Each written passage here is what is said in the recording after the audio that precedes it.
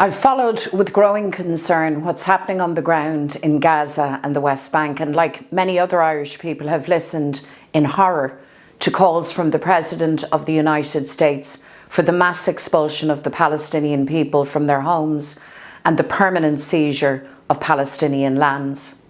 Such an approach is a fundamental breach of international law, is deeply destabilising in the Middle East, and a dangerous departure from the UN position of peace and security for both Palestinians and Israelis, and the right of Palestinians to self-determination. The ties between Ireland and the United States are historic and run deep. There are deep bonds between Sinn Fein and people in the United States who supported peace and prosperity in Ireland. These relationships are valuable and enduring. The US is a valued friend of Ireland. Their work in helping to achieve the Good Friday Agreement stands as a clear example of successful US foreign policy. They're an important partner for peace and play a strong role in Ireland's economy. St. Patrick's Day each year is an important moment to reinforce all of those connections. But there is also an onus on us to speak honestly and to act when we believe a US administration is wrong, catastrophically so in the case of Palestine. I've thought deeply about this issue in recent days and listened to many voices inside and outside of Sinn Fein.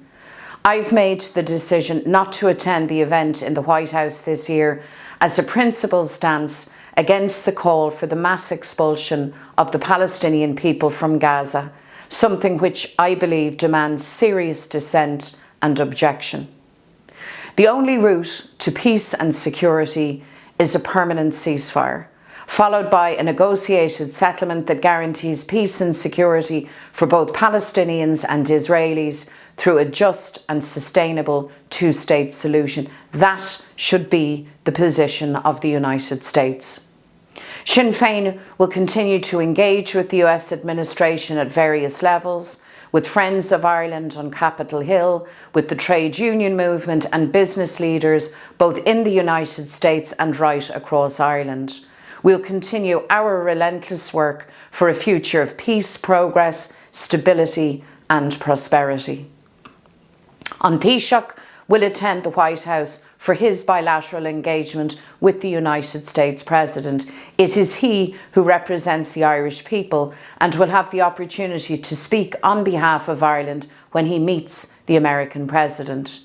He must use this opportunity to reflect the view of the Irish people in relation to Palestine, in support of international law, and to reject threats for the mass expulsion of Palestinian people and seizures of their land.